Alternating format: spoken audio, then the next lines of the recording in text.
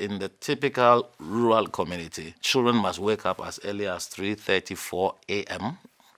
and walk several kilometers to fetch in these containers because there's so much you can carry, and go several times every day to try and have access to what you would not call water at all.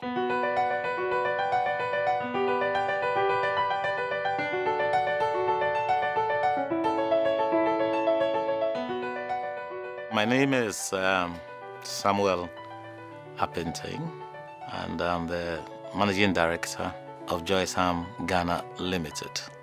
Joissam is involved in groundwater exploration and research, drilling of boreholes, water quality analysis, and of course, we treat the water where there's a need to do that. I come from a family background where we have manufacturing concerns, and I used to run a plant which manufactures IV fluids. And there had been a war in Liberia, Sierra Leone, and Guinea. Quite a number of people had been displaced. And so on one fateful evening, I had a call from one of the chaps there who said, look, we have a problem with diarrhea, dysentery conditions, and water sanitation problems are becoming a challenge. So we would need some hand pumps. And I began to look for where do I get these things. My wife, Ifwa, she's been with us in the business. She has held the fort very strongly anytime I'm away in. And she controls the administration of and drives even the hand pump sales. I don't know what would I have done without her, honestly, because she has an eye for detail. In sub-Saharan Africa, over 320 million people have no access to potable water. That tells you the scale of the problem. As we went more and more into the rural communities and saw the kind of deprivation and denials of decent living, then I began to realize that, look, we need to bring relief to people, we need to bring some comfort to those who are really deprived. In a very typical village setting, when we move in there to do what we do, we call the community animation. You've got to go there and talk to the people there and tell them exactly what you intend to do. Right from day one, they're already excited, welcoming you and giving you all kinds of water. And the water is actually colored. It's a bit like a bit chalky, it's white. And then they pass it to you and say, drink it. Because in Africa, you welcome people with water. And you've got to close your eyes, and just also dip and just pass it around. You don't drink because obviously it's highly infested. You would find that in most communities they will give you space and say, look, find it anywhere you want. But our objective is to make sure that we shorten the distance between residents and water source. They will all come around and help you as you go and pass the lines to be able to start sending electrical charges into the earth, and you are measuring resistivity. Then they will set up the rig and then they start drilling. At that point, I can tell you, you'll have everybody sitting down there observing, and there's a lot of tension.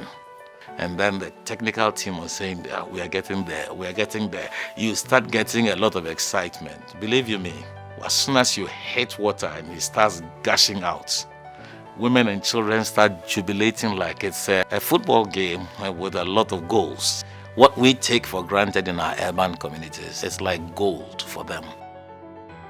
In these typical villages, they don't have access to electricity. And so then we do the hand pumps, and then we select one young lady and a young gentleman, and we train them on how to do maintenance. Then we make sure that we are in contact with them to be able to find out how well their product is doing.